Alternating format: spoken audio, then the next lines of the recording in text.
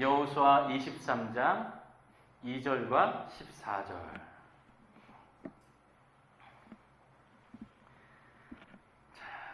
한번 천천히 읽어보겠습니다. 같이 읽습니다. 여호수아는 온 이스라엘 곧 장로들과 우두머리들과 재판장들과 관리들을 불러서 그들에게 말하였다. 나는 나이가 많이 들었고 이렇게 늙었습니다. 14절입니다. 나는 이제 온 세상 사람이 가는 길로 갈 때가 되었습니다. 당신들은 주 하나님이 약속하신 모든 선한 말씀 가운데서 이루어지지 않은 것이 하나도 없음을 당신들 모두의 마음과 모두의 양심 속에 분명히 알고 있습니다. 그 가운데서 한 말씀도 어김이 없이 다 이루어졌습니다. 아멘. 오늘 말씀의 제목은 의미가 되어주는 삶, 이렇게 제목을 잡았습니다. 의미가 되어주는 삶. 저는 한 주간 서복이라는 영화를 보고 사는 것과 죽는 것에 대해서 좀 생각해 보았습니다. 더 나아가서 영원히 사는 것과 지금 죽는 것, 아주 극단적인 대비죠. 우리는 영생을 늘 말합니다. 그렇죠? 예수 믿으면 영생을 얻는다. 영원히 산다죠. 그리고 지금 죽는다. 이 두 가지를 생각했습니다. 그런데요, 이 두 가지를 영원히 사는 것과 지금 죽는다를 지금 이 상태, 이 모습, 내 상황 그대로 맞아야 하는 거라면 여러분 어떻겠습니까? 두려울 것 같습니다. 여러분 지금 아픈 거, 고생스러운 거, 괴로운 거, 외로운 거 그냥 그대로 다 가지고 영원히 산다. 어떻겠습니까? 두려울 겁니다. 어떤 분을 뵈면 외로워요 목사님 이렇게 말씀하시는 분이 계셔요. 사는 게 외로워요. 그런데 그렇게 영원히 산다면 어떨까요? 아마 그게 지옥일 겁니다. 지금 코로나로 영국은 백신으로 집단 면역이 생겨서 이스라엘도 그렇고 넘어간다고 합니다. 그런데 반대로 이 백신이 문제가 되어서 이상 반응이 생겨서 또 고민하고 괴로운 상황들이 또 연출되기도 합니다. 그런데 이성적으로 사실 생각해 보면 코로나19로 인해서 죽은 사람은 수십만 명이죠. 근데 코로나 백신으로 이상 반응으로 사망한 사람은 아마 수십 명 안쪽일 것 같습니다. 대비해 놓고 보면 상대가 되지 않는 그러한 이야기일 텐데 우리는 이 백신의 이상 반응을 보고 굉장히 망설이고 있습니다. 코로나에 걸리면은 코로나로 인한 후유증도 심각합니다. 미각을 잃고 후각을 잃는다고 그러죠. 근데 왜 그럴까요? 그것은 두렵기 때문에 그렇습니다. 코로나는 좀 멀리 있는 것 같고 백신은 내 팔에다 직접 맞아야 되는 거잖아요. 그러니까 두려운 겁니다. 두려움이라는 것은 바로 그런 거예요.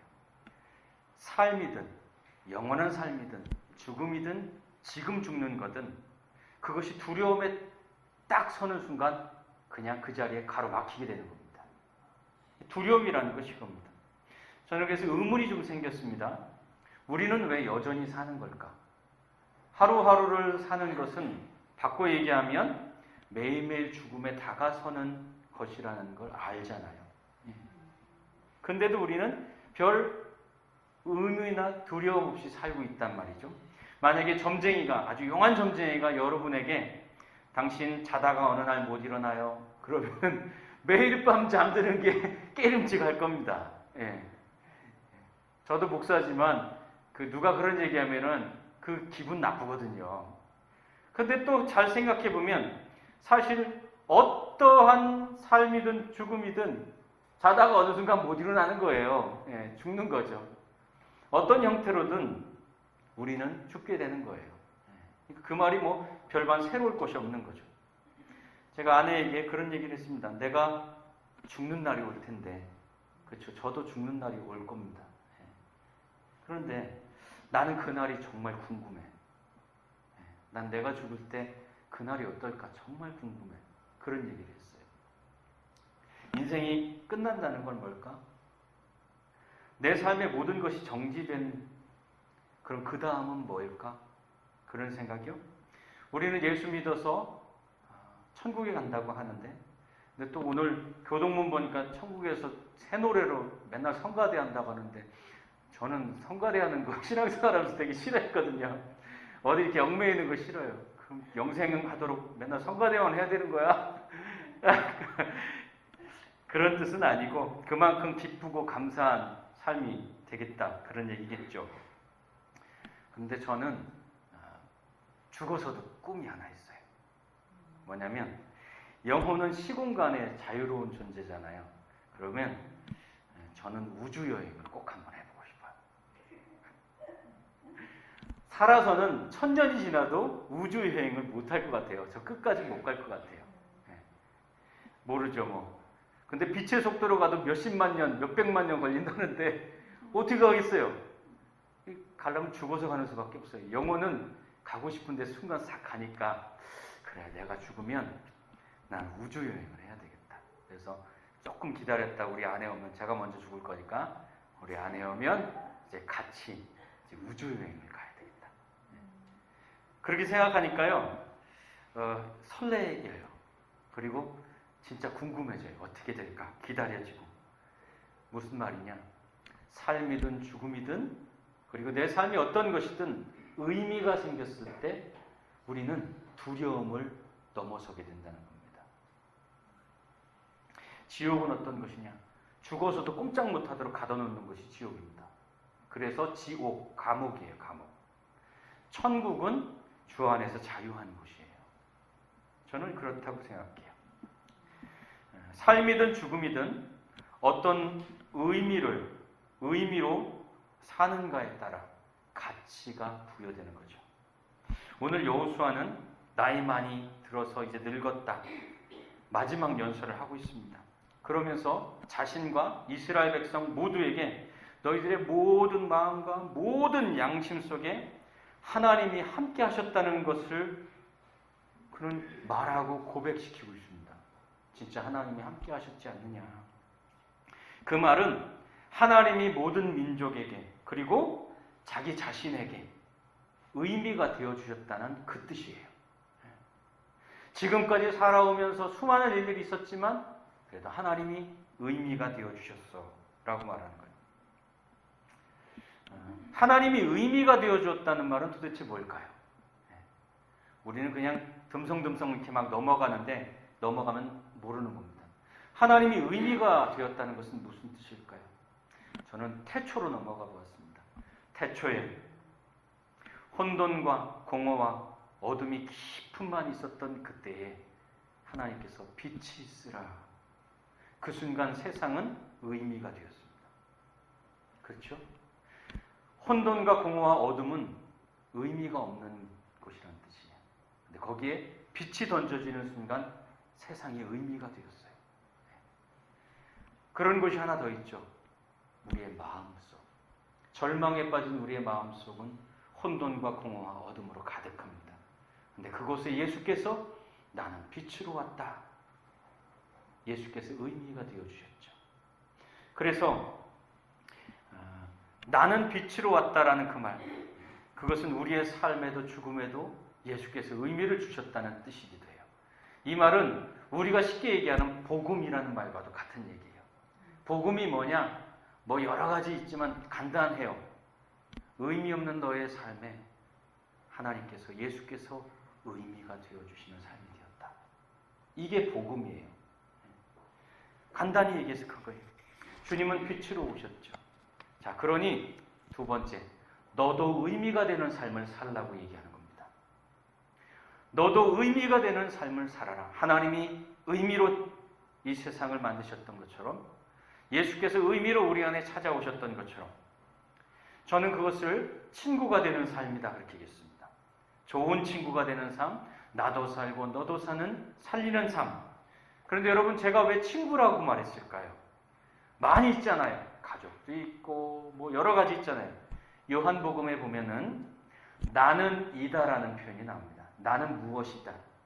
이것을 에고 에임이라 이렇게 말합니다. 헬라어로. 신의 언어예요. 이것은. 구약 성경에 보면 나는 야훼다, 여호와다 그렇게 얘기하죠. 그러니까 하나님만이 쓸 수 있었던 성경의 단어가 나는 이다예요. 근데 그것을 쓰신 분이 있는데 누구냐? 예수께서 쓰셨어요. 요한복음에서 나는 생명의 떡이다. 나는 빛이다. 나는 양의 문이다. 나는 선한 목자다 해서 쭉 나는 참 포도나무다 까지 7개, 요한복음에서는 7개의 나는 이다라는 표현이 나와요.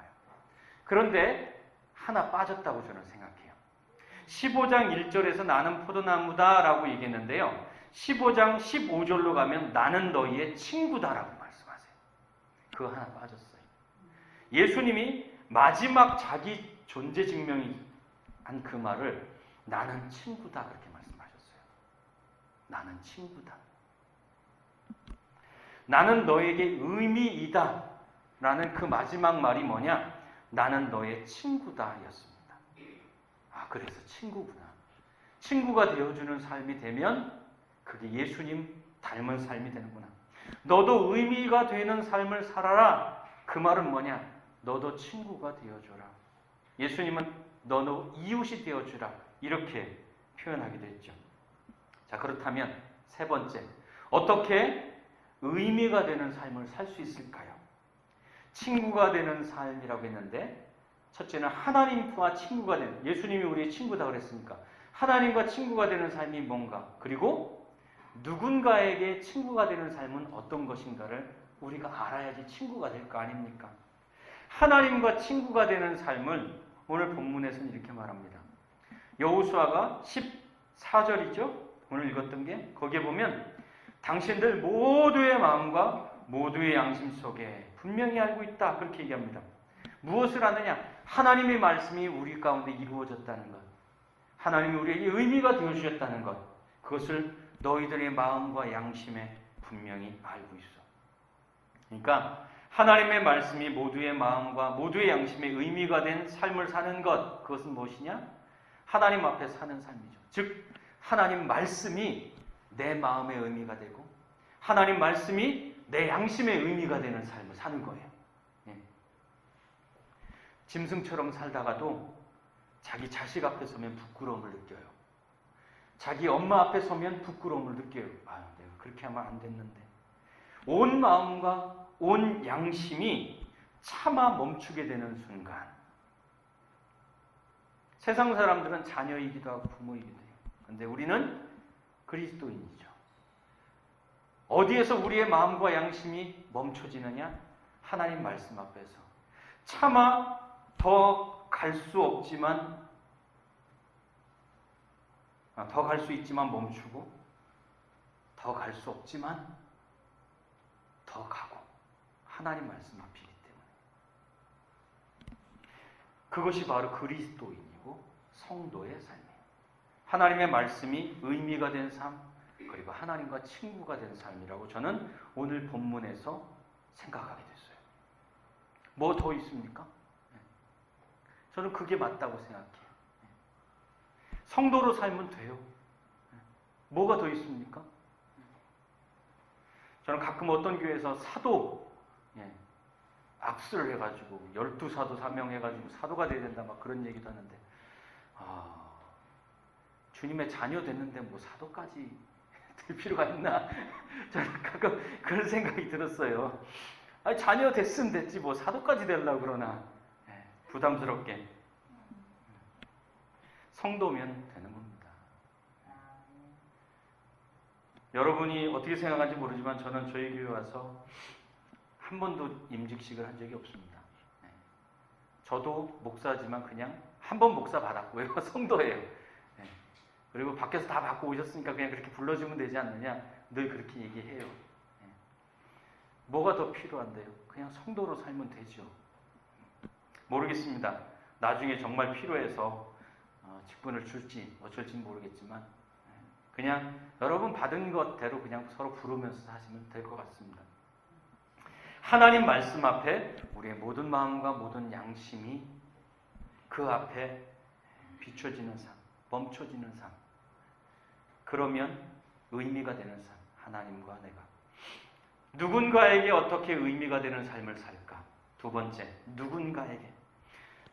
여호수아가 말합니다. 나는 나이 많이 들었고 이렇게 늙었습니다. 나이 많이 들었고 늙었습니다. 그래서 치워져야 될 존재가 아니라 그래서 보고 따라야 될 의미가 있는 존재가 되었다는 얘기입니다. 지금 나이 많고 늙었습니다라고 하는 여호수아를 그 누가 그래서 쓸모없다라고 말하겠습니까? 그는 그렇기 때문에 의미 있는 존재가 된 겁니다. 저는 여러분들이 기억하는지 모르지만 저는 때때로 일을 합니다. 아르바이트를 합니다. 아르바이트. 돈 버는 일. 그런데요, 아르바이트를 하러 가면 작업복을 입고 가요. 근데 작업복을 입고 가면은 참 희한한 것이 이분들이 다 끝나고 나면 그래요. 혹시 교수님이세요? 그러세요. 또 어떤 분은 자기 부모님 이게 뭐 부탁을 해서 갔는데 이렇게 얘기를 했다는 거죠. 교수님 같은 분이 가실 거야. 그랬대요. 분명히 작업복을 입고 공부함을 들고 갔는데 교수님 같은 분이 가신대요. 그래서 내가 지금까지 살면서 그래도 외모는 아직 그래도 썩 안 좋게 변하진 않았나 보다 그런 생각이 들고요. 그리고 그것만이겠습니까? 말하는 거나 행동하는 것이 뭐 좀 점잖다 그런 얘기겠죠. 그렇죠? 저 부부처럼 살아야 되는데, 저 부모처럼 살아야 되는데, 저 사람처럼 살아야 되는데 어떻게 살아야 하는가? 오늘 본문은 좋은 친구로 살아야 된다고, 그렇게 의미 있는 사람으로 살면 된다고 얘기한다고 저는 생각했습니다. 이 말은 지금까지 하나님 앞에서, 여러분들 앞에서, 이스라엘 앞에서 여호수아가 그렇게 함께 살았다는 얘기예요. 정말로 의미 있는 사람으로 살았다 그 말이죠. 제 아내가 그런 얘기를 한번 한 적이 있습니다. 아내가 막 이런 얘기하고 저런 얘기하면 저는 잘 듣고서 이거는 이렇고 저거는 저렇고 설명을 해줬어요. 그거는 아니고 요거는 기고. 근데 그러더라고요. 그러지 말고 그냥 들어주면 돼 라고 얘기하더라고요. 더 쉬운 방법이 있었구나. 내가 설명할 필요가 없었는데. 좋은 선생은요, 좋은 질문을 하는 사람이에요. 그러나 좋은 친구는 잘 들어주는 사람이에요. 우리는 좋은 선생으로 사는 것이 필요하다고 생각하지만 사실은 우리에게 더 필요한 것은 좋은 친구예요. 들어주는 사람. 하나님과 친구가 되는 것도 하나님 말씀을 잘 듣는 것. 그래서 그 말씀 앞에 내 모든 마음과 모든 양심이 멈춰지는 것. 혹은 걸어가는 것. 사실 우리에게 필요한 것은 좋은 친구예요. 어떤 의미가 되는 삶을 살았을까? 하나님 앞에 성도로 살면 충분하고요. 그리고 사람들에게 누군가에게 좋은 친구로 살면 아주 충분해요. 결론입니다. 첫 번째, 영원히 사는 것도 지금 죽는 것도 의미가 없으면 두려울 뿐입니다. 영원히 산다고 해서 늘 좋은 건 아니에요. 의미가 있어야지 좋은 거예요. 의미가 있어요. 두 번째, 하나님이, 예수님이 내 삶의 빛으로, 의미로 찾아오신 것처럼 나도 작은 의미가 되어주는 사람이 되는 것. 그게 베드로에게 너 갈대 같은 사람? 아니 이제 반석 같은 사람? 아니 예수 같은 사람. 너 예수 같은 사람 되게 할 거야. 바로 예수 같은 사람 되는 거죠. 작은 의미가 되어주는 사람. 어떻게 해요? 하나님께 의미가 되는 삶은 하나님 말씀 앞에 성도로 사는 거예요. 예수님의 친구로 사는 것. 모든 마음과 모든 양심으로 말씀 앞에 살려고 하는 것.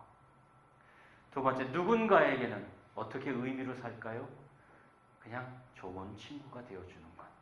어떻게 해요? 들어주는 것만 해도 아주 쉬워요. 아주 쉬워요. 내 말을 줄이고 그의 말을 들어주는 것.